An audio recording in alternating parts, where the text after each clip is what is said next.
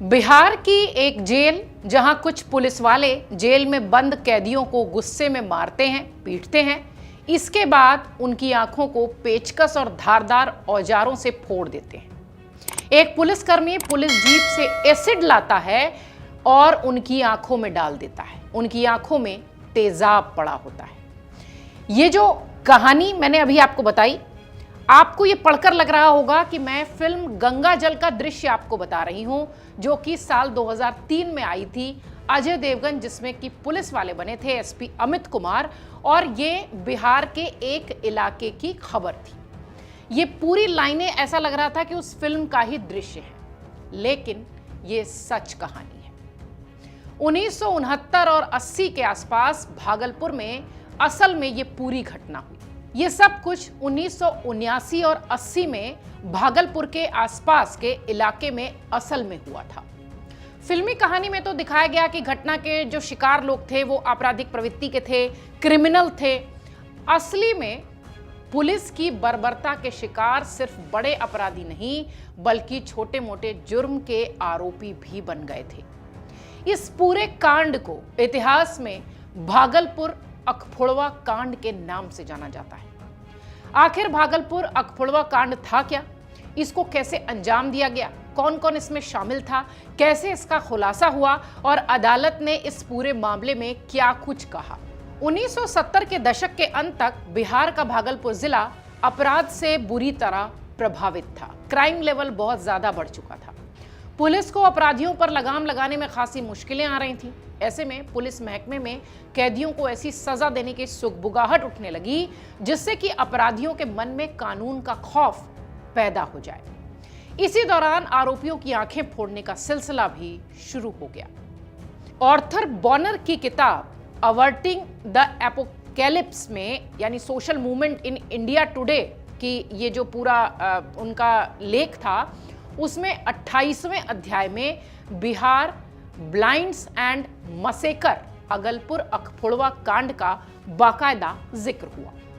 इसी अध्याय में बताया गया कि 5 जुलाई 1980 की रात को भागलपुर पुलिस को अनिल यादव नाम के एक शख्स की जानकारी मिली, जो कि हत्या और चोरी के मामले में वांटेड था। पुलिस को पता चला कि वो पास के एक गांव में शादी में शामिल हो सकता है। पुलिस ने चुस्ती दिखाई, दुरुस्ती दिखाई और उसे गिरफ्तार कर लिया। सबूर पुलिस स्टेशन उसे लाया गया। पुलिस के मुताबिक अनिल ने अपने ऊपर लगे आरोप कबूल कर लिए। थाना में थाना इंचार्ज मोहम्मद वसीमुद्दीन ने अपने लोगों को अनिल यादव के हाथ पैर बांधने को कहा। इसके बाद वसीमुद्दीन ने एक लोहे की नुकीले हथियार से उसकी आंखों पर वार कर दिया।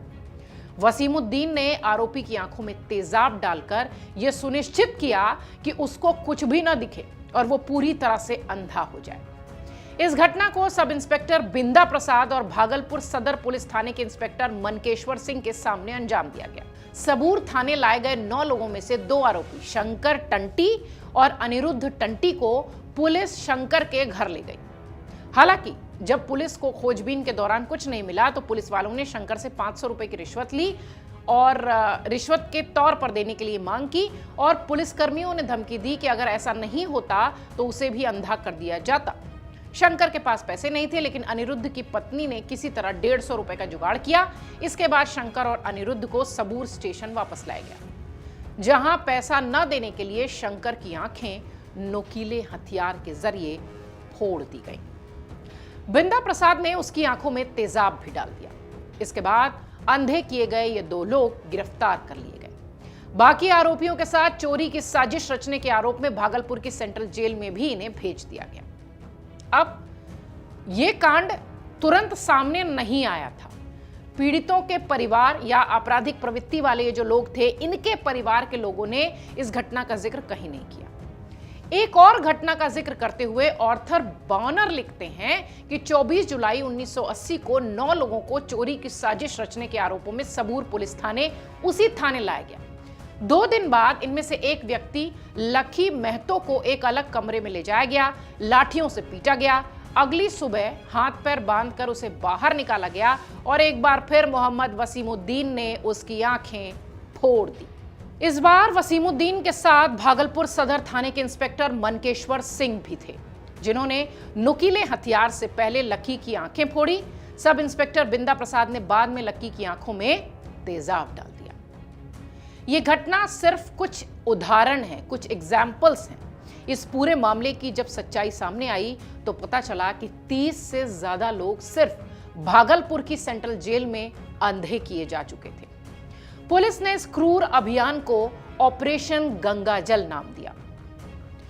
पूर्व केंद्रीय मंत्री और पत्रकार रहे अरुण शौरी अपनी किताब में the commissioner for last causes में यह बात लिखते हैं कि इस पूरे मामले का खुलासा इंडियन एक्सप्रेस की बिहार ब्यूरो के पत्रकार अरुण सिन्हा ने किया। अरुण सिन्हा बड़े पत्रकार माने जाते रहे हैं। जानकारी मिली कि भागलपुर सेंट्रल जेल में कुछ कैदियों की पुलिस वालों और आम लोगों में आंखें फोड़ने की जो प्रवृत्ति है, वो सिलसिला है, वो लगातार जारी है। उन्होंने जब इस पूरे मामले में आईजी से पूछताछ की तो उन्होंने सवालों पर ध्यान नहीं दिया। इसके बाद वो भागलपुर निकल गए। भागलपुर में जेल सुपरिटेंडेंट बच्चू लाल दास ने उन्हें बताया कि भागलपुर के अलग अलग थानों में आरोपियों की आंखें फोड़ी गई हैं, उनमें तेजाब डाला गया है। कई सारे दस्तावेज और कई सारी तस्वीरें भी इनके हाथ लग गई। कई पीड़ितों से भी इनकी मुलाकात हो गई। यही बच्चू लाल दास बाद में इस पुलिसिया क्रूरता के खिलाफ कोर्ट भी गए थे। दूसरी ओर भागलपुर के पुलिस स्टेशन के पुलिसकर्मियों का कहना था कि आरोपियों को ग्रामीणों की भीड़ ने अंधा किया था। आरोपी पुलिस स्टेशन लाए जाने से पहले ही अंधे किए जा चुके थे। हालांकि पुलिसकर्मियों की ओर से कहा गया कि जो घटनाएं हुई वो हत्यारे, चोर और दुष्कर्मियों के साथ हुई थी, इसलिए उनके लिए आंसू बहाने का कोई मतलब नहीं है। भागलपुर अखफुड़वा कांड की रिपोर्ट अखबारों में प्रकाशित हुई। बिहार में हड़कंप मच गया। 22 नवंबर 1980 को अखबार में पीड़ितों की तस्वीरों के साथ इस घटना का जिक्र हुआ। इस मामले के तार कहीं ना कहीं उस पुलिस थाने से जुड़ते दिखाई पड़े। इस लेख का शीर्षक था eyes punctured twice to ensure blindness. ये जो आर्टिकल छपा था ये इस हेडलाइन से छपा था। सुप्रीम कोर्ट ने इस पूरे मामले में सुनवाई के बाद जो फैसले सुनाए उनसे यह पता चला कि आरोपियों को नुकीले हथियार, साइकिल की तीली रही होगी या सूजा रहा होगा जिससे बोरे सिलने का काम होता है, या फिर कुछ इस तरीके की नुकीली चीज रही होगी जिससे कि पहले अंधा किया गया और फिर उनकी आंखों में तेजाब डालकर इस तरह की घटना को एक अभियान के तौर पर चलाया गया। ऑपरेशन गंगाजल इसलिए इसका नाम रखा गया। कुछ घटनाएं ऐसी भी थी जिनमें पहले पीड़ितों को पकड़कर थाने लाया गया, पुलिस ने बर्बरता से पीटा, उनके हाथ पैर बांधे और उसके बाद उन्हें अंधा कर दिया।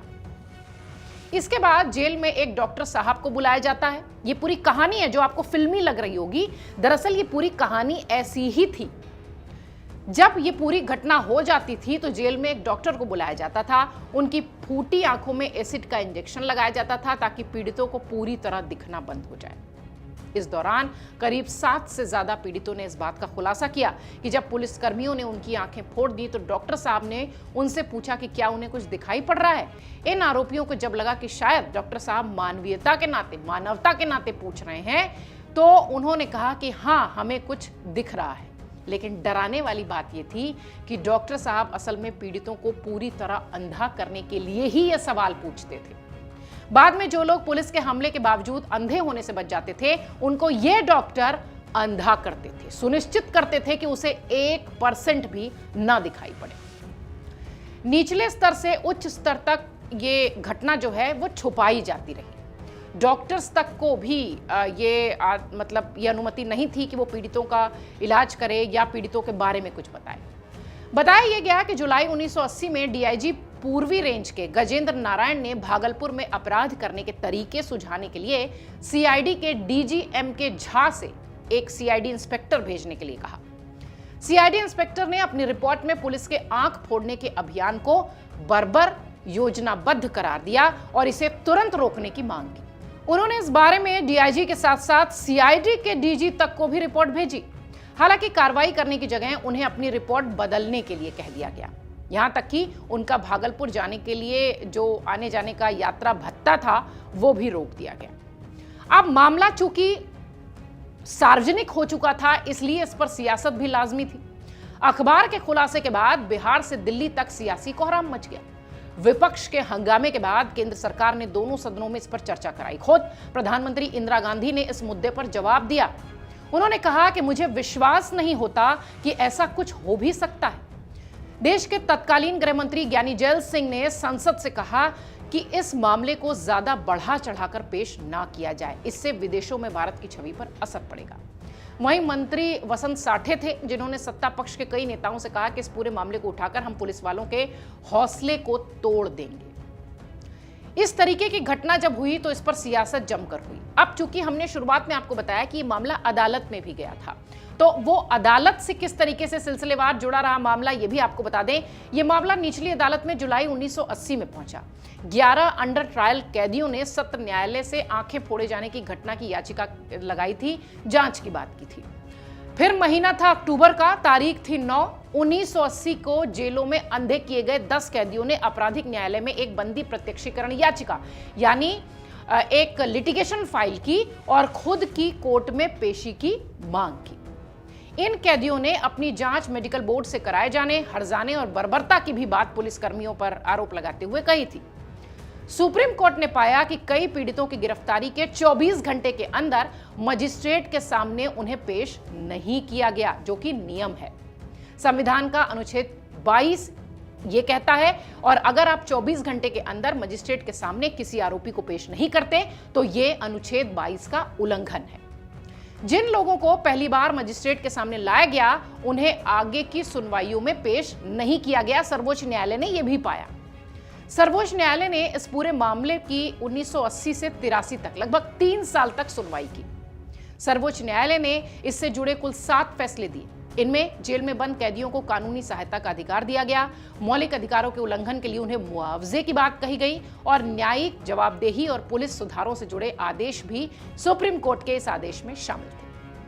ये पूरी घटना आपको फिल्म गंगा जल से जुड़ी हुई लग रही होगी, लेकिन निश्चित तौर पर फिल्म जो बनी थी वो इसी भागलपुर के अखफुड़वा कांड पर बनी थी। बिहार के बड़े महाकांड में आज भी भागलपुर का ये अखफुड़वा कांड बहुत ज्यादा चर्चित है, जिसने सियासी गलियारों से लेकर न्यायालय तक में अपनी गूंज बरकरार रखी थी। और फिलहाल आज जब चुनावी मौसम शुरू हो रहा है, जब भी बिहार में इस तरह के चुनाव की बात होती है या विधानसभा के चुनाव की चर्चा होती है, तो निश्चित तौर पर इस तरह के बड़े कांड चर्चा में आते हैं। और एक बार फिर भागलपुर का ये अखफुड़वा कांड बिहार चुनाव से पहले चर्चा का विषय है।